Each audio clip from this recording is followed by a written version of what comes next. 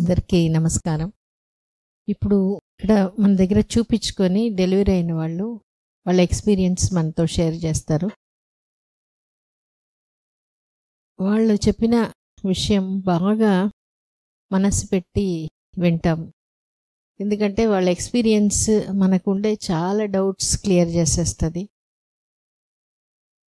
మనకి కాన్ఫిడెన్స్ ఇస్తుంది అన్నమాట. సో ఇప్పుడు మనతో మాట్లాడేదానికి వచ్చినారు. తన ఎక్స్పీరియన్స్ మనకి షేర్ చేసుకుంటారు. సాయి మల్లిక, ఆమె చాలా చాలా ఇయర్స్ ముందు టాక్ టు బేబీ చేశారు. వాళ్ళ బాబు ఇప్పుడు మెడిసిన్ కదా, మెడిసిన్ ఏ ఇయర్? Second year. సో తన ఎక్స్పీరియన్స్ మీరు తప్పకుండా వినాలి, ఎందుకంటే చాలా రేర్ ఆపర్చునిటీ. చెప్పండి. నమస్తే అందరికి. ఇప్పుడు మేడం అంటున్న టాక్ టు బేబీ అంటే మేము మా డెలివరీ టైంలో ఇది చాలా అంటే అప్పుడే అనమాట. ఇప్పుడు నిజంగా నేను ఈరోజు క్రౌడ్ చూసి చాలా హ్యాపీగా ఉంది. అప్పుడు ఒకరిద్దరు ఉండేవాళ్ళం. మేడం చెప్తే కూడా అంటే మన కంటికి కనిపించిన ఒక ఇమాజినేషన్ విషయం కదా, ఇది ఎలా జరుగుతుంది అనేది మనకు తెలియదు అనమాట. అది కాకుండా నాకు ప్రెగ్నెన్సీలో కూడా కొంచెం ప్రాబ్లం ఉన్నది అనమాట. ఫస్ట్ టైం మిస్క్యారేజ్ అయిపోయింది. ఇక్కడే అంటే మేడం దగ్గరికి రాలేదు. ఆ టైంలో వేరే హాస్పిటల్కి వెళ్తే వాళ్ళు ఏమన్నారంటే మళ్ళీ డిఎన్సీ చేసి లేకపోతే నీకు ప్రెగ్నెన్సీలో ప్రాబ్లమ్స్ వస్తాయమ్మా అని చెప్పారనమాట. అప్పుడు ఫస్ట్ టైం మా అత్తయ్య గారు తీసుకొచ్చారు ఇక్కడికి. మేడం తెలుసు ఇక్కడ చూపిద్దామనేసి. మేడం ఒకే మాట అన్నారు, నీకు ఏం ప్రాబ్లం లేదమ్మా, నేను ఒక్క 6 months తర్వాత నువ్వు కన్సీవ్ అవ్వడానికి చెయ్యి, ఏం కాదు, ప్రాబ్లం ఏం లేదు, బాగవుతుందని. కాకపోతే చదువుకుంటున్నాను అనమాట, ఎంఫిల్ చేస్తా ఉన్నాను. సో అయిన తర్వాత ఇక్కడ కాదు, మదురై దగ్గర ఉండేవాళ్ళం అనమాట. సో మదురై దగ్గర ఉంటే అక్కడ ఒక హాస్పిటల్లో వెళ్తూ ఉన్నాను. ఫస్ట్ టైం కూడా ఏంటంటే కరెక్ట్గా 3rd month పెట్టిన తర్వాత బ్లీడింగ్ స్టార్ట్ అయింది, అట్లాగే అబార్షన్ అయిపోయింది అనమాట. సెకండ్ టైం కన్సీవ్ అయినప్పుడు కరెక్ట్గా అలాగే 3rd month బ్లీడింగ్ స్టార్ట్ అయింది. అక్కడ లోకల్ డాక్టర్కి చూపిస్తే ఆవిడ ఏం చేశారంటే మిస్క్యారేజ్ కాకుండా ఉండడానికి ఒక ఇంజెక్షన్ ఇచ్చేవాళ్ళు అనమాట. ఇచ్చేసి మేడం అన్నారు, లేదు ఇప్పుడు ట్రావెల్ చేయడానికి లేదు, మీకు 3rd month కంప్లీట్ అయ్యేటప్పుడు ట్రావెల్ చేయండి అనేసి. సరే లాస్ట్లోనే మేము వచ్చాము. రావడమే మేడం దగ్గరకు వచ్చి మేడం ఒకే మాట, నీకు అసలు ఏం ప్రాబ్లం లేదమ్మా, నువ్వేం టెన్షన్ పడబాకు, కానీ నువ్వు టెన్షన్ పడుతున్నావు కాబట్టి ఒకసారి స్కాన్ చేసి చూద్దాము అని చెప్పి మేడం స్కాన్ చేసి అన్నారు, భయపడబాకు, ఏం కాదు, కాకపోతే ఈ ఇంజెక్షన్ ఈ ఒక్కసారికి తీసుకో, ఇంకా తీసుకోవద్దు, నీ బిడ్డకి నేను గ్యారంటీ, నన్ను నమ్ము, నీ బిడ్డకి ఏం కాదు అనేసేసి. అప్పుడే చెప్పానమాట, నీ బిడ్డతో మాట్లాడు, ఏం కాదు అని చెప్తూ ఉండు, ఏం కావాలనుకుంటున్నావు, ఎలా, నువ్వు బుక్స్ బాగా చదువు అనేసేసి. సో ఇక్కడ అమ్మ వాళ్ళ ఇంట్లో ఉండేదాన్ని కాబట్టి బుక్స్ ఫ్రీక్వెంట్గా, అంటే ఇక్కడ లైబ్రరీ ఉండేది, ఆ లైబ్రరీలో నుంచి బుక్స్ తీసుకొని ఎక్కువగా వివేకానంద, రామకృష్ణ పరహంస బుక్స్ చదివేదాన్ని. కానీ మెంటల్గా అనుకునేదాన్ని అనమాట. అంటే ఈ త్రూఅవుట్ ఫస్ట్ టైం మిస్క్యారేజ్ అయినప్పుడు కానీ, ఆ తర్వాత డాక్టర్ దగ్గర కన్సీవ్ అవడానికి వెళ్ళి నేను ట్రీట్మెంట్ తీసుకున్నప్పుడు కానీ, డాక్టర్స్తో ఫ్రీక్వెంట్గా కలుస్తున్నప్పుడు అనుకునేదాన్ని, ఓ ఇది వచ్చి ఒక సేవతో కూడినటువంటి ప్రొఫెషను, మనకి ఎవరైనా పుడితే మన పిల్లలు డాక్టర్ అయితే బాగుండు. మేడం అనేవాళ్ళు, బాయ్ గాల అనుకోబాకు, కానీ నువ్వేమనుకుంటున్నావో నీ థాట్స్ని మాత్రం షేర్ చెయ్యి అనేసేసి. సరే అలాగే అనుకునేదన్నమాట, ఎవరైనా అయితే ఖచ్చితంగా డాక్టర్ అయితే బాగుండు మన పిల్లలు. కానీ ఆ తర్వాత మనకు తెలుస్తుంది కదా, ఈ ప్రొఫెషన్లోకి రావాలి అంటే మనం ప్రెషర్ చేసి కాదు, ఇన్బిల్ట్ వాళ్ళకి రావాలన్నమాట, మనం డాక్టర్ అవ్వాలి అనేది తెలిసిన తర్వాత కొంచెం అంటే డెలివరీలో కూడా ఏంటంటే ఇదే చెప్పుకునేదాన్ని అనమాట, ఎక్కడ మిస్క్యారేజ్ అయిపోతుందో జాగ్రత్తగా ఉండాలి నాన్న, ఎప్పుడు చెప్తే అప్పుడు బయటికి రావాలి, ఇది ఫ్రీక్వెంట్గా చెప్పడం వల్ల. ఇంకోటి ఏంటంటే ఫస్ట్ టైం ఏంటంటే నేను టాయిలెట్కి వెళ్ళినప్పుడు నాకు అయిందనమాట. అందుకని టాయిలెట్కి వెళ్ళినప్పుడల్లా కొంచెం భయం వేసేదనమాట. అంటే ఇవన్నీ తెలిసేవి కాదు. కానీ ఈ టాక్ టు బేబీ డెలివరీ అయిన తర్వాత ఇవన్నీ నేను నెగిటివ్గా ఫేస్ చేసిందంటే, మోషన్కి వెళ్ళడానికి చాలా ఇబ్బంది పడేవాడు అనమాట, అసలు పోయేవాడు కాదు, అదొక ఇష్యూ అయిపోయింది. నాకు తెలిసేది, నేను ఫస్ట్ నుంచి అలా మెంటల్గా ప్రిపేర్ అయిపోయినాను కదా, అయ్యో బాత్రూమ్కి వెళ్తే ఏమైపోతుందో, టాయిలెట్కి వెళ్తే ఏమైపోతుందో అనేది అస్సలు మామూలుగా కాదు ఆ విషయంలో. అలాగే కారంగా తినడానికి భయపడేదాన్ని, ఎక్కడ మిస్క్యారేజ్ అయిపోతుందో అనేసేసి. వీలైనంత వరకు సాత్వికమైన ఫుడ్ తీసుకునేదాన్ని అనమాట. అలా తీసుకోవడం వల్ల ఏంటంటే వాడు ఫుడ్ హ్యాబిట్స్ కూడా అలాగే ఉండిపోయాయి. నాన్ వెజ్ తినడానికి ఇష్టపడడు, అసలు అదొక పెద్ద ఇష్యూ లాగా ఉండేది నాకు, ఇదేంటి ఇట్లా అయిపోయింది అని చాలా. కానీ ఆ తర్వాత అల్లరి, అంటే ఈ బుక్స్ చదవడం సార్ చెప్పేవాళ్ళు అనమాట, ఏంటమ్మా ఎప్పుడు చూసినా వివేకానంద బుక్స్ తీసుకెళ్తున్నాను సార్, లైబ్రరీలో ఇవే ఉన్నాయి సార్. కానీ తీసుకెళ్లిన బుక్స్ మాత్రం ఒక్క పేజ్ కూడా వదలకుండా చదివేదాన్ని. ఎప్పుడు కన్సల్టెన్సీకి వచ్చిన బుక్ మార్చుకునేదాన్ని, ఏ బుక్ ఉందో ఆ బుక్ చదివేదాన్ని. ఈ బుక్ చదవడం అనే హ్యాబిట్ వల్ల నాకేమైందంటే అసలు ఒక 3 years ఉంటాయి అనుకుంటాను. 3 years నుంచే వాడు ఎక్కడ పేపర్ చదివినా దొరికినా దాన్ని చూడడం స్టార్ట్ చేసేవాడు. పేపర్స్ కానీ కలర్గా ఏముంటాయో అవన్నీ, అంటే నేను అనుకునింది నేను చేసింది వాడు అలా వస్తాడని కాదు, కానీ వాడు స్టార్ట్ చేసేసాడు అనమాట అలా చూడడం. అది చూసి వాళ్ళ నాన్నగారు వాడికి బొమ్మలతో కథల పుస్తకాలు ఉంటాయి, ఆ పుస్తకాలు తెచ్చిస్తే పొద్దున్న లేసి ఇదే పని అనమాట. ఇది చూసి ఇంట్లో పోస్టర్స్ అంటించారనమాట. ఏంటి, ఫ్రూట్స్, డాగ్స్, అవన్నీ ఎలాగంటే వాడికి ఆటోమేటిక్ గా అవి చూడడం అనేది ఒక హాబీ లాగా అయిపోయింది అనమాట. పొద్దున్న లేసినా రాత్రి నిద్రపోయేటప్పుడు వాళ్ళ నాన్నగారిని వాడికి వచ్చినా మళ్ళీ అవన్నీ చెప్పమనేవాడు అనమాట. 3 years దాకా మాటలు స్పష్టంగా వచ్చేవి కాదు, అయినా కానీ ఏంటంటే అవి చెప్పేవాడు కాదు, కానీ అవన్నీ ఒకసారి వాళ్ళ నాన్న దగ్గర చదివించుకునేవాడు అనమాట. ఒక 3.5 years 4 yearsకే మ్యాజిక్ పాట్ అని బుక్ వచ్చేది. ఇప్పుడు కూడా వస్తుంది ఆ బుక్. ఆ మ్యాజిక్ బాట్లో ఏంటంటే అన్ని ఏజ్ పిల్లలకి కలిసి ఉంటాయి అనమాట. అంటే చిన్న చిన్న స్టోరీస్, ఈ 1, 2, 3లతో స్టార్ట్ చేసి పెట్టే ఇవి అట్లాంటివన్నీ. ఆ బుక్ వాళ్ళ నాన్నగారు ఒక ఇదిగా తీసుకొచ్చారనమాట. తీసుకొస్తే అది చూసి దీంట్లో కలర్స్ వేయరా అనేటప్పటికి వాడు వేసిన కలర్స్ కానీ, ఆ తర్వాత మా ఇంట్లో ఆ బుక్ అనేది అంత రెగ్యులర్, ఇంకా 15 రోజులకు ఒకసారి బుక్ వస్తుందంటే బుక్ కావాలి అని అడిగే అంత వాడికి ఆ జ్ఞాపక శక్తి ఉండేదన్నమాట. దీనికంటే ముందు ఏంటంటే వాడు చాలా అల్లరి, అసలు మామూలు కాదు. ఎవరింటికైనా వెళ్తే నేను ఇప్పుడు కూడా అంట, ఎవరింటికి తీసుకెళ్ళినా కానీ పెనాల్టీ కట్టకుండా రామ్ రామను ఎప్పుడు. అట్లాగే మేడం దగ్గరకు వచ్చాను. 2.5 years అప్పుడు ఫారెన్కి వెళ్ళాల్సి వచ్చింది. అప్పుడు మేడంతో ఒకసారి చెకప్ చేయించుకోవడానికి వచ్చాను అనమాట. అప్పుడు మేడం నన్ను, మేడం బరే అల్లరి చేస్తున్నాడు మేడం, అస్సలు వాడిని పట్టుకోలేకపోతున్నాను. మేడం ఒకే మాట అన్నారు, నీ కొడుకు మెంటల్ గాను ఫిజికల్ గా కూడా హెల్తీగా ఉన్నాడు అనేది నువ్వు గుర్తుపెట్టుకో.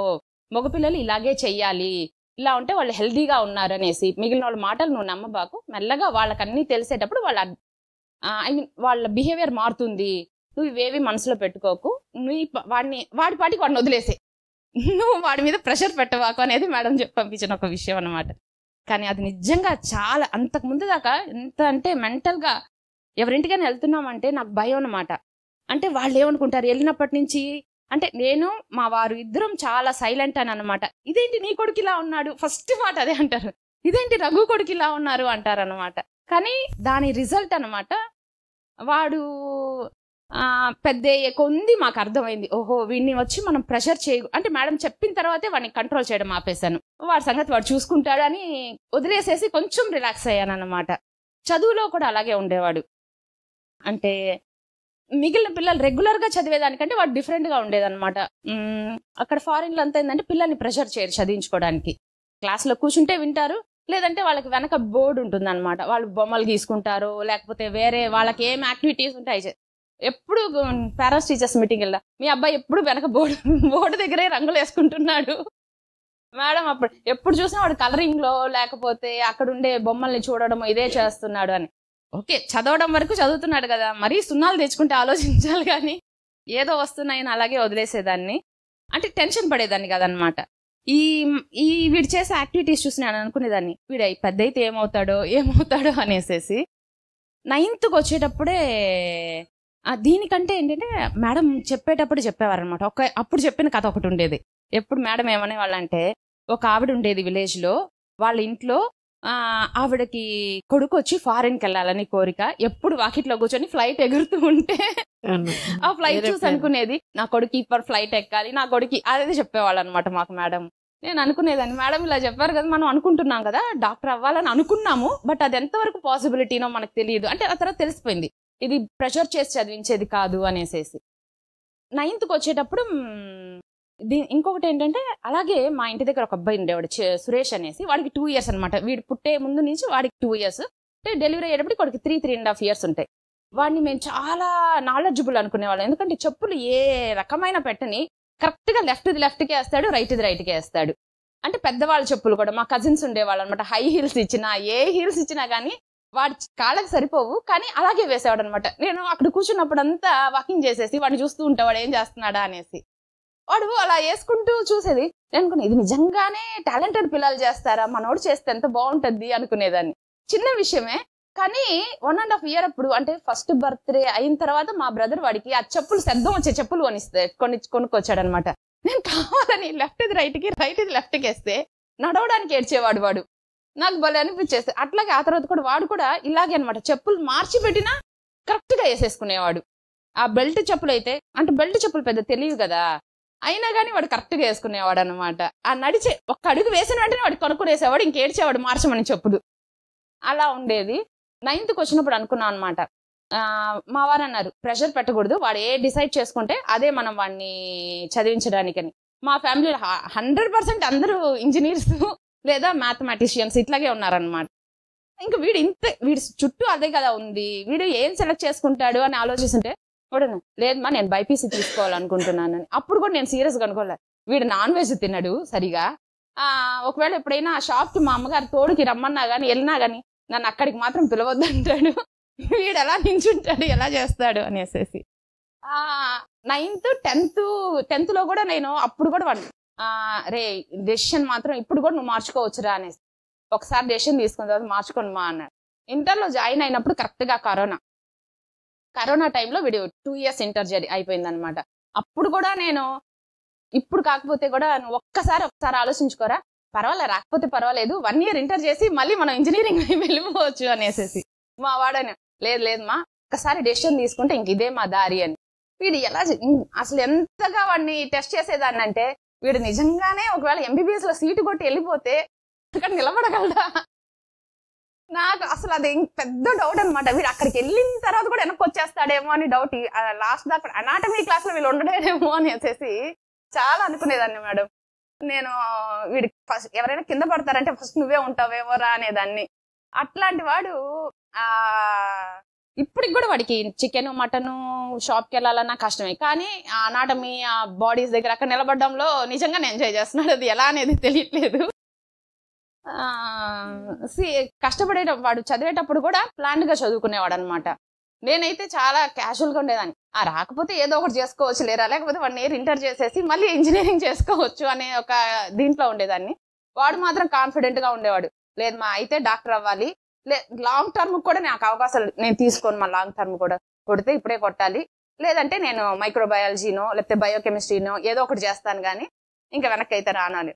నేను మాత్రం ఇదే. వాళ్ళ నాన్నగారు అయితే పర్వాలేదు వాడు ఆశపడుతున్నాడు, ప్రైవేట్ కాలేజ్ అయినా చేర్పిస్తాం, క్వాలిఫై అయితే చాలేమో, అదైనా ఒకసారి చూడు, ఇలా అంతా వాళ్ళ నాన్నగారు. నేనైతే మాత్రం కాన్ఫిడెంట్, వీడు ఒకవేళ మన డబ్బు కట్టినా వీడు నిలబడాలి కదా, అసలు ఆ భయం చాలా ఉండేది నాకు. అంటే ఎంతగా అంటే ఒకసారి ఇంకా కన్ఫర్మ్ చేసుకునే ముందు మా ఇంటికి గెస్ట్లు వచ్చారన్నమాట. ఒక 1.5 kg చికెన్ తెప్పిస్తే, అరే నువ్వు ఈ చికెన్ పట్టుకోగలవా, చికెన్ కొయ్యగలవా అని వాడిని అడిగాను. దాంట్లో ఏముంది నేను పట్టుకుంటాను అని చెప్పి వాడు కట్ చేశాడనమాట. వాడు ఆ 1.5 kg కట్ చేసిన తర్వాత కొంచెం నమ్మకం వచ్చింది, వీడేదో వెళ్తాడేమో లోపలికి అని. అంతవరకు అసలు నమ్మకమే లేదు వీడు నిలబడతాడా అని. చాలా ఇదే కాదు, అట్లా ఒక హౌస్ కన్స్ట్రక్షన్ చేస్తా ఉన్నాం అనమాట. ఇంకా ఈ కరోనా టైంలో రాలేకపోయాము. 1 month కాలేజ్కి వెళ్ళే అవకాశం ఉండదురా, నువ్వు లేకపోతే నేను చేయలేనేమో అనేటప్పటికి పర్వాలేదు మా కాలేజ్కి పోకపోయినా పర్వాలేదు 1 month కదా అనేసి. 1 month ఉన్నా కానీ ఆ తర్వాత వెళ్ళి మళ్ళీ అన్ని కవర్ చేసుకునేసాడు వాడివి. అంటే వాడు అనుకున్న ఆ టార్గెట్ ని ఎలా ఫిక్స్, ఇప్పుడు కూడా అంట నీకు ఎవరు చెప్పారా ఇట్లాగా ఎంబీబీఎస్ చదవాలనేసి, ఈ ఆలోచన ఎలా వచ్చిందిరా అంట. తెలియదు మమ్మీ అంటాడు, వాడే అంటాడు నాకు తెలియదు మమ్మీ, నేను చూస్ చేసుకున్నా అంతే, ఇది నా ప్యాషన్ అంటాడు. ఇప్పుడు వెళ్ళిన తర్వాత ఇప్పుడు నేను ఇది నా ప్యాషన్ అంటున్నాడు. Okay okay. సో మీరు ప్రెగ్నెన్సీలో ఇష్టంగా అనుకున్నారు అప్పుడు? చాలా ఇష్టంగా అనుకున్నాను అనమాట. మేడం ఈ మేడంని కానీ అక్కడ మేడం దగ్గరికి వెళ్ళేదాన్ని, వాళ్ళ డెడికేషన్ చూసి అనుకున్నాను ఇది ఒక సర్వీస్ ఓరియంటెడ్, ఇలా చేస్తే బాగుండు, మన పిల్లలు కూడా మన పిల్లలు ఒక డాక్టర్ అయితే బాగుండు అనేది. కానీ సెకండ్ టైం ప్రెగ్నెన్సీ అప్పుడు ఏమైందంటే ఇవన్నీ చూసి తింటే చాలు చదువుదే ఉంది చదువుతారు తినడం గురించి అనుకునేదాన్ని. ఇంకోటి ఏంటంటే వాళ్ళ ఫాదర్ తో బాండింగ్, మా వారు వేరే ఊర్లో ఉండేవాళ్ళు అనమాట. వచ్చినప్పుడంతా మేడం చెప్పారనమాట, లేదు మీరు మాట్లాడాలి, మీరు మాట్లాడితే ఆ బాండింగ్ ఉంటది అనేసి. అది ఎంతవరకు అనేది అంటే నేను కూడా నేను అనుకున్నాను, ఎప్పుడో 15 days వన్స్ వస్తారు, వచ్చినప్పుడు తను మాట్లాడినవి ఎంతవరకు గుర్తు పెట్టుకుంటారు అనేది మనం గెస్ చేయలేం కదా. ఇంకోటి ఏంటంటే ఇవన్నీ ఇన్విజిబుల్ ఫీలింగ్స్, పిల్లలు ఎలా యాక్సెప్ట్ చేసుకుంటారు అనేది తెలియదు. అలా తెలియని విషయాన్ని కానీ మా వారు మేడం చెప్పారు, సార్ చెప్పారు అనేసి ఉన్నప్పుడు మాట్లాడేవాళ్ళు అనమాట. అది ఎంతగా ఉండిపోయింది అంటే ఇప్పటికి కూడా వాళ్ళిద్దరి మధ్య బాండింగ్ ఎలా ఉంటది అంటే నన్ను పక్కన పెట్టేసి వాళ్ళది అంటే వాళ్ళ నాన్నగారి మీద వాడికి అంత ఒక అది ఒక గౌరవం అనేది అసలు అది చాలా. ఇప్పుడు కూడా వాళ్ళ నాన్నగారు ఊరు వెళ్తున్నారంటే ఫస్ట్ వాడి కళ్ళలో నీళ్ళు వచ్చేస్తాయి. ఇంత పెద్ద పిల్లోడైనా గానీ వాళ్ళ నాన్నగారు విషయంలో మాత్రం ఇంకా కూడా వాళ్ళ నాన్నగారు ఊరు నుంచి ఫారిన్ లో ఉంటారనమాట. ఇయర్లీ వన్స్ లేదా ట్వైస్ వస్తారు. వచ్చారంటే ఫస్ట్ వాళ్ళ నాన్నగారి దగ్గర పడుకునేదానికి ఒక పెద్ద ఇదే వాళ్ళ చెల్లిలా నేనా అనేదే ఉంటది అనమాట. ఎట్లా ఆబ్వియస్లీ నేనే గెలుస్తా, నువ్వెందుకు వస్తావు నాతో పోటీకి అంటాడు వాళ్ళ చెల్లెలతో. అంటే ఆ బాండింగ్ ఎలా ఎంత ఎంత ఎంత స్ట్రాంగ్ గా ఉండిపోతుంది అంటే అంటే అది నేనే అడుగుతాను, నువ్వు చిన్నప్పుడు నీకు అన్నిటికీ అమ్మ అమ్మ అని అడిగేవాడివి, ఇప్పుడు ఏంటో నువ్వు నాన్న అంటున్నావు అంటే అది అంతే మమ్మీ అంటాడు. అంటే వాళ్ళకి తెలియదు అనమాట వాళ్ళు ఎందుకు ఇలాగ బిహేవ్ చేస్తున్నారని.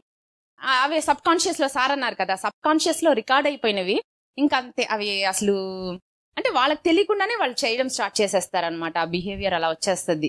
ఎప్పుడు వస్తుంది అనేది మనం చెప్పే స్ట్రాంగ్నెస్ ని బట్టి. 13 years దాకా అసలు మామూలు అల్లరి కాదు. అదే చెప్పాను కదా, ఎవరింటికి వెళ్ళినా 1000 రూపాయలు 3000 మేము ధారాళంగా ఫైన్ కట్టేసి వచ్చేస్తాం. ఏదో ఒకటి ఇంచడము, ఏదో ఒకటి చేయడము. కానీ మనం ఎప్పుడైతే ప్రెగ్నెన్సీలో చెప్తూ ఉన్నాం కదా జాగ్రత్తగా ఉండాలి జాగ్రత్తగా ఉండాలి, అది మాత్రం చాలా కేర్ఫుల్ గా ఉంటాడు. ఒక ఏ పని చేస్తున్నా తనకి ఎటువంటి హామ్ కాకుండా, కానీ పక్కన వాళ్ళకి అది వేరే విషయం అనుకోండి, తన విషయంలో తను చాలా జాగ్రత్తగా ఉంటాడు. అంటే ఆ మైండ్ లో మనం రికార్డ్ చేసేవి అంత పవర్ఫుల్ గా ఉంటాయి అన్నమాట. మనం అదే మేడం అన్నట్టు సినిమాలు కానీ అట్లాగే మనకి నచ్చిన వ్యక్తులు ఉంటారు చూడండి. మనం ఎక్కడికైనా వెళ్తే పాజిటివ్ వైబ్స్ వస్తాయి చూడండి, అలా కాకుండా నెగిటివ్ వైబ్స్ వచ్చేవి కూడా ఉంటాయి మనకి. మన చుట్టాల్లోనే ఉంటారు కదా, అలా వెళ్ళినప్పుడు ఇప్పటికి కూడా అంటే ఆ చిన్న వయసులోనే వాళ్ళు ఇళ్ళకి రావడానికి ఇష్టపడేవాడు కాదనమాట. వీడే కాదు, పాప కూడా అలాగే. పాప విషయంలో కూడా ఏంటంటే ఎక్కువగా తినడం అసలు చాలా. వీడు ఎప్పుడైతే టాయిలెట్కి వెళ్ళలేదు అనుకున్నానో పాపకైతే చెప్పుకునేది అమ్మ హెల్దీగా ఉండాలి మార్నింగ్. ఇప్పుడు కూడా మా ఇంట్లో అందరూ అంటారు ఏదో పనున్నట్టు అది చిన్నప్పటి నుంచే 5 o'clock లేసేస్తుంది, 5:30 అంతా టాయిలెట్ వెళ్ళిపోతుంది. అసలు అది నిజంగా నాకు మా వాడితో ఇప్పటికి కూడా మా ఇంట్లో అంటారు దీనంత సిన్సియర్ ఇంకెవరు లేరు. అసలు ఎంత అది ఎలాంటి ఒక సిచ్యువేషన్ అయినా గానీ 5 o'clock లేయాల్సిందే, షార్ప్ గా లేసేస్తుంది 5 o'clock. 5:30 తన ఇవన్నీ పనులు అయిపోతాయి. అంటే నన్ను కూడా నిద్రపోనీయకుండా నువ్వు ఈ పని ఏంటే అనేసేసి చాలా అనుకునేది. అలాగే ఫుడ్ విషయం, మా వాడిని అయితే తినిపించడానికి ఎంత కష్టపడ్డానో పాపకి అన్ని చెప్పి నేను కూడా తినేటప్పుడు ఇష్టంగా తినేదాన్ని అనమాట. ఇలా ఇష్టంగా తినాలని అది అన్ని తింటుంది, ఇష్టంగా ఉంటుంది. వీడితో ఇప్పటికి కూడా నాకు ఇబ్బంది అనమాట. ఫుడ్ అంటే చాలా కష్టం. ఇంకా బుక్స్ విషయం అయితే ఇద్దరి విషయంలో నేను బుక్స్ చదివాను, అందుకని పిల్లలు బుక్స్ చదవడంలో మాత్రం నేను ఎప్పుడు ఈ కథ చదవండిరా, ఈ బుక్ చదవండిరా ఇది చెప్పిందే లేదు. వాళ్ళకి ఆటోమేటిక్ గా ఆ పేపర్స్ చూడడం అనేది అలవాటు అయిపోతుంది. అందుకని మనం రెగ్యులర్ గా అట్లీస్ట్ నైట్ పడుకునేటప్పుడైనా మనం ఏదో ఒక బుక్ చదివి ఇలాంటి బుక్స్ చదవాలి, అలాంటి బుక్స్ చదవాలి. అంటే ఇప్పుడు జనరేషన్ అది ఉందో లేదో తెలియదు. మాకు అప్పుడు కొంచెం టీవీ ఛానల్స్ అసలు సెల్ ఫోన్ అన్ని తక్కువ కదా, అందుకని మాకు కొంచెం చదివేదానికి టైం ఉండేదన్నమాట. ఏది కాకపోయినా ఇప్పుడు మన మేడం వాళ్ళ దగ్గర ఇది పెట్టుంటారు చూడండి మేడం, ఆ ఛాలెంజింగ్ పర్సనాలిటీ ఎలా ఉండాలి అదొక్కటి స్క్రీన్ లో పెట్టుకోండి. 9 months ఆ తర్వాత 1 year చాలు. ఇంకా అసలు మీ పిల్లలు మీరు ఏ స్కూల్లో వేసినా గానీ మీరు ఫస్ట్ చెప్పేశారంటే వాడు ఐఏఎస్ ఆఫీసర్ అవ్వాలనుకుంటే ఐఏఎస్ ఆఫీసరే అవుతాడు, లేదా ఇంకా ఏం అవ్వాలనుకుంటే మీరు అదే మైండ్ లో ఉంచుకోండి, నా పిల్లలు ఇలా అవ్వాలని. మీరు ఏ స్కూల్లో వేసినా గానీ ఆ తర్వాత పోయి వేలు లక్షలు కట్టే కంటే ఈ 2 years 9 months ఆ తర్వాత 1 year ఆ 1 year బేబీని మనం ట్రైన్ చేసేసాము అంటే ఇంకా అసలు ఇంకా తిరుగుండదు అనమాట. ఇంకా ఆ తర్వాత 50 years 60 years మనం వాళ్ళని చూసిన అన్ని రోజులు మనం బాధపడబడలేదు. ఆ ట్రావెల్ అలా వెళ్ళిపోద్ది అంతే.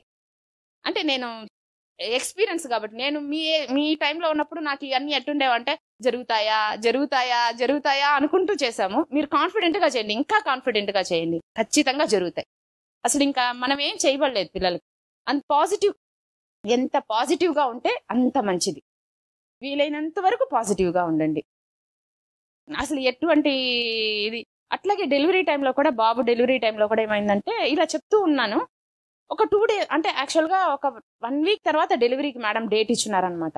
2 daysకి ఏమైందంటే విపరీతంగా బేబీ మూవ్ అవుతుంది. అంటే ఎంతగా బేబీతో అలవాటు అయిపోయింది అంటే తన మూమెంట్స్ కూడా తెలుస్తుండేవి అనమాట. అవి నార్మల్గా లేవు, ఇవేవో అబ్నార్మల్గా ఉన్నాయనేసి సెకండ్ డే మేడం దగ్గరకు వచ్చేసాను అనమాట. మేడం ఇట్లా ఉన్నాయని. మేడం చూసిన వెంటనే లేదు సార్ వెళ్ళి స్కాన్ చేయించుకోరా అని. స్కాన్ చేసిన వెంటనే తెలిసిపోయింది వాటర్ లెవెల్స్ తక్కువగా ఉన్నాయమ్మా, ఇమ్మీడియట్గా ఈరోజు సర్జరీ చేసేయాల్సిందే అంటే అంత తగ్గిపోయి ఉన్నాయన్నమాట. ఆ తర్వాత మేడం రిపోర్ట్స్ చూస్తే అంటే నేను తర్వాత చూసినప్పుడు పాతకి దీనికి ఏంటంటే అసలు ఇంకా డ్రై అయిపోతా ఉందన్నమాట. ఉమ్మ నీరంతా ఎలా వెళ్ళిపోయిందో తెలియలేదు, వెళ్ళిపోయింది. అందుకని బేబీ సిగ్నల్ ఇస్తా ఉందన్నమాట ఆ మూమెంట్స్. అందువల్ల సి సెక్షన్ చేసి బేబీని తీసేశారు మేడం. అది కూడా మేడం అన్నారు, నువ్వు భయపడబాకు, ఏ డెలివరీ అవుతుందో అది దాని గురించి వదిలేసేసి, నేనున్నాను, నేను చూసుకుంటాను. డెలివరీ విషయం నువ్వు ఎంతవరకు అంటే బేబీతో మాట్లాడు, మనం ఎంత మాట్లాడతామో అలాగే ఇప్పుడు ఆ తర్వాత కూడా పిల్లలు మన మాటలు వింటారు. అది మాత్రం అంటే ఇప్పుడు కాలంలో మనం పిల్లల్ని చూస్తున్నాం కదా, ఎదిరించడం అనేది లేకుండా మనం ఎంత మాట్లాడతామో అట్లీస్ట్ వాడికి నచ్చకపోతే మనం చెప్పేది వినేసి గమ్మునుగానే వెళ్తారు, మనకు అనవసరమైన ఆర్గ్యుమెంట్స్ చేయరు. హ్యాపీ మనకి అట్లే అట్లీస్ట్ అంత మర్యాద ఇస్తారనమాట. కాబట్టి హ్యాపీగా ఈ మేడం అన్నట్టు టాక్ టు బేబీని మాత్రం ఇంకొంచెం తీవ్రంగా చేయండి. నేను చెప్పిన తర్వాత ఇప్పటి నుంచే మీరు సెట్ చేసేసుకోండి. అండ్ మనకి ఇంతకు ముందు అంతా అంటారనమాట, కన్సీవ్ అయితే గోడ మీద మనకి నచ్చినవి అంటించడం అనేది, అది చాలా మంచి పని. మనకి ఏది నచ్చుతుందో మనకి నచ్చిన మనుషులు మన పక్కనే ఉంటే అంటే నేను ఇక్కడ అమ్మ వాళ్ళ ఇంట్లో ఉండేదాన్ని, మా తమ్ముడు ఉండేవాడు అనమాట నాతో పాటు. అంటే మా తమ్ముడు నాన్నగారు చనిపోవడం, వాడు మాకు సపోర్ట్ చేయడం చూసి నాకు భలే అనిపించేది మా తమ్ముడిని చూసి. ఇప్పటికి కూడా మా చెల్లెలి పిల్లలు కానీ నా పిల్లలు కానీ వాళ్ళ మామ మీద అట్లాంటి ఒక అఫెక్షన్ అన్నమాట. ఆ అఫెక్షన్ ఎలా వచ్చింది అంటే మనం అనుకుంటున్నాం కదా వీడు మనకి చేశాడు, మన తమ్ముడికి సపోర్ట్ గా ఉండాలి అంటే వీళ్ళ నలుగురు అంత సపోర్ట్ అనమాట వాళ్ళ మామయ్యకి. ఇప్పటికి కూడా వాళ్ళ మామయ్య మీద అంత అఫెక్షన్ ని చూపిస్తారనమాట. కాబట్టి అందరూ wife and husband party equal గా ఉండాలి. అది కొద్దిగా ఎక్కువ అనేది అది మన కన్వీనియన్స్ ని బట్టి. మా వారు మాట్లాడడం చూడండి, ఇప్పటికి కూడా వాళ్ళిద్దరి మధ్య అంత బాండింగ్ ఉంటుంది. అలాగే సెకండ్ టైం ఏంటంటే నేను పెద్దగా సెకండ్ టైం కన్సీవ్ అవ్వడానికి వీడి అల్లరి ఇది చూసి అప్పుడు ఇంక జాబ్ చేస్తున్నాను అనమాట. ఫారిన్ లో ఉండేవాళ్ళం. ఇప్పుడు కన్సీవ్ అయ్యామంటే డెలివరీకి ఊరు వెళ్ళినా ఇక్కడ వెళ్ళినా మళ్ళీ మనకి ఆ గ్యాప్ వచ్చేస్తుంది. మళ్ళీ మనం రొటీన్ లైఫ్ కి అంటే మళ్ళీ జాబ్ చేయడం ఇవన్నీ కష్టం అయిపోతాయి. వద్దు వద్దు వద్దు అనుకుంటూనే ఉండిపోయాను అనమాట. అలా ఉండడము కన్సీవ్ అయిన తర్వాత కూడా నాకెందుకో మా హస్బెండ్ ని చూస్తే విపరీతమైన కోపం వచ్చేదన్నమాట. అది ఎంతగా చూపిస్తుంది అంటే నా కూతురు ఇప్పటికి కూడా ఆయన ఎవరో పరాయి వ్యక్తి అన్నట్టే ఫీల్ అవుతుంది. అసలు మా వారంట ఆయన ఎంత ఆడపిల్లని ఎంత ముద్దు చేయాలనుకున్నా దానికి మాత్రం వాళ్ళ అమ్మే కావాలి, వీడికి మాత్రం వాళ్ళ నానే కావాలి. ఫీలింగ్స్ అది నాకు ఇప్పటికీ అనిపిస్తుంది. నేను అనుకుంటూ ఉంటా ఇదే కారణమేమో ఈ పిల్ల ఇంతగా రియాక్ట్ అవ్వడానికి. చెప్పారు పక్కింటి అబ్బాయి లడ్డు లక్ష్మి రాదు, రడ్డు లక్ష్మి అని చెప్తాడు. అవును మేడం, ఈ బాబు కూడా అట్లనే చెప్పాడు. మా వాడు కూడా ఆ అబ్బాయి మాట్లాడేటప్పుడు లోపలికేవాడు కాదనమాట. అది మాకు తమాషగా ఉండేది అనమాట. వాడు అట్లా మాట్లాడుతూ ఉంటే అట్లాగా నా కొడుక్కి మాట్లాడేటప్పుడు కాపలికేది కాదు. చాలా రోజులు అత్త అత్త అనేవాడు, అక్క అనేదానికి. కానీ ఆ తర్వాత వాడికి టంగ్ టై ఉన్నింది, అది తీసేసిన తర్వాత మళ్ళీ నార్మల్ గా మాట్లాడడం స్టార్ట్ చేశాడు. అంటే కొన్ని విషయాలు అలా మనం ఎంజాయ్ చేసామంటే అవి కూడా మన మీద చూపిస్తాయి. కొన్ని అదే ఇప్పుడు చెప్పాను కదా, నేను టాయిలెట్ ని ఎంత భయపడ్డానో వాడు కూడా అలాగే ఫీల్ అయ్యేవాడు అనమాట. చిన్న చిన్న విషయాలు అంటే నెగిటివ్ విషయాలు కూడా ఉంటాయి. కాబట్టి వీలైనంత వరకు అన్ని విషయాల్ని పాజిటివ్ గా తీసుకోండి, పాజిటివ్ గా ఉండండి, అది బెస్ట్. కానీ ఇద్దరు కానీ చేసాము అంటే పిల్లల బాండింగ్ చాలా బాగుంటుంది, చాలా ధైర్యంగా ఉంటుంది. మనం పక్కన ఉండాల్సిన అవసరం లేదు, వాళ్ళని ఎక్కడ వదిలేసినా బతికిపోతారా వీళ్ళు అన్న ధైర్యం మనకు వచ్చేస్తుంది. తర్వాత ఈ టాయిలెట్ హ్యాబిట్ బాబుకి ఎన్నాళ్ళ వరకు ఉండింది? ఈ కాన్స్టిపేషన్ సరిగ్గా పోకుండా కొన్ని ఇయర్స్. చాలా నేను అసలు రెగ్యులర్ గా నేను అంటే నేను ఒక షెడ్యూల్ వేసుకునేదాన్ని అనమాట. పొద్దున్నే లేస్తే నీళ్లు తాగిపించాలి, వేడి నీళ్లు, వీడు మోషన్ కి వెళ్ళాలి. రెగ్యులర్ గా వాడిని చెక్ చేసుకుంటూనే ఉండేదాన్ని అనమాట. వీడు మోషన్ కి వెళ్ళాడా లేదా అలా చేసి ఒక 7th 8th దాకా కూడా నేను ఫేస్ చేశాను మేడం. సో మీరు ఎఫర్ట్ చేసి చేసిన తర్వాతే అది నార్మల్ అయింది మేడం. మనం అసలు ఆ 7th 8th దాకా నేను కానీ గుర్తు చేయలేదంటే వాడు టాయిలెట్కి వెళ్ళకుండా 2 days కూడా ఉండిపోయేవాడు అనమాట. నేను అదొక విషయంగా ఇప్పుడు అలవాటు చేసేసాను. మార్నింగ్ లేసి హాట్ వాటర్ తాగితే మోషన్కి వెళ్ళడం అనేది ఇప్పుడు వచ్చింది. ఇప్పుడు కానీ అది చాలా ఎఫర్ట్ మేడం, చాలా జర్నీ మేడం. 8th దాకా నేను వాడిని ఫాలో అయ్యాను మేడం.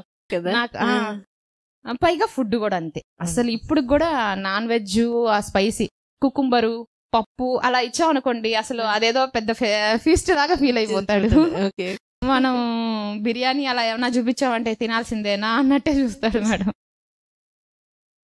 సరే, చాలా హ్యాపీగా ఉంది మీ నిజమే మేడం. కానీ చేసినప్పుడు మాత్రం ఇంత రిజల్ట్ ఉంటుందని తెలియదు, ఎందుకంటే మనకి ఎవరు చెప్పిన వాళ్ళు లేరు. ఇప్పుడైతే యూట్యూబ్ మేడం వీడియోస్ అన్నీ ఉన్నాయి, ఎక్స్పీరియన్స్డ్ వాళ్ళు చాలా మంది ఉన్నారు. కాబట్టి మనం చేసేది కరెక్ట్ జరుగుతుంది అన్న ఒక నమ్మకం ఉంది. మేము చేసేటప్పుడు ఏంటంటే మాకు చెప్పిన మేడం ఆ ఫ్లైట్ కథ ఒక్కటే నాకు మనసులో ఎప్పుడు మెదిలేదనమాట. ఫ్లైట్ అది జరిగిందంటే ఇది జరుగుతుందేమో చూడాలి అనుకునేదాన్ని. సెకండ్ బేబీకి డాక్టర్ బేబీ బాగా చేసుకున్నారా మేడం? అప్పుడు చెప్పుకునేది ఇదే మేడం, ఫుడ్ మార్నింగ్ లేయడము, మార్నింగ్ లేసిన వెంటనే టాయిలెట్కి వెళ్ళాలి. అలాగే వీడికి ఎంత కష్టపడ్డానో ఆ విషయంలో, సెకండ్ బేబీకి నేను అసలు టాయిలెట్ ట్రైనింగే ఇవ్వలేదు. అది ఎలా ఎవరిని చూసి నేర్చుకుంది, ఎలా టాయిలెట్ లో కూర్చోవడం స్టార్ట్ చేసింది అనేది కూడా నాకు తెలియదు. అసలు దాన్ని ఎలా పెంచాను అనేది కూడా తెలియదు. వీడిని మాత్రం నేను అనుకుంటాను తిండి తినిపించడానికి, టాయిలెట్ కి, అన్నిటికీ. ఒక్క చదువు విషయంలో మాత్రమే నేను కష్టపడింది, మిగిలిన అన్ని విషయాల్లో వాడు వెనక పోరాడుతూ ఉండేదాన్ని అనమాట. అలాగే సింపుల్సిటీ కూడా, మనం సింపుల్ గా ఉంటున్నాము, మన పిల్లలు ఇలాగే ఉండాలి అనుకుంటే వాళ్ళు ఎక్కడున్నా ఆ సింపుల్సిటీ అలాగే ఫాలో అవుతారు. ఒక హెజిటేషన్ అంటే వాళ్ళతో వీళ్ళతో కంపేర్ చేసుకోరు. అట్లాంటివన్నీ అవి చెప్పుకోవడం, పొసెసివ్ అట్లాంటివన్నీ లేకుండా మనం ఉన్నాము అంటే మన పిల్లల్లో కూడా అలాంటి గుణాలు, అంటే ఇప్పుడు కూడా ఎవరైనా పిల్లలతో చిన్న మిస్అండర్స్టాండింగ్ అలా వస్తుంది కదా, ఫ్రెండ్స్తో వీడిని వదిలేసి వాళ్ళు సినిమాకి వెళ్ళారనో, లేకపోతే వాళ్ళు ట్రిప్కి వెళ్ళారనో, ఇట్లా ఏదో. చిన్నప్పుడు కూడా ఇక్కడ స్కూల్స్లో చదువుకున్నప్పుడు కూడా ఎప్పుడైనా నేను ఏమైంది రోజు అన్నాను అనుకో, నీ కొడుకుని కదమ్మా, ఏం చేస్తాను, గమ్మునుకు వచ్చేసా అంటాడు. అట్లాగే ఇప్పుడు కూడా రీసెంట్ గా వాళ్ళ ఫ్రెండ్స్ ట్రిప్కి వెళ్ళిపోయారు అనమాట.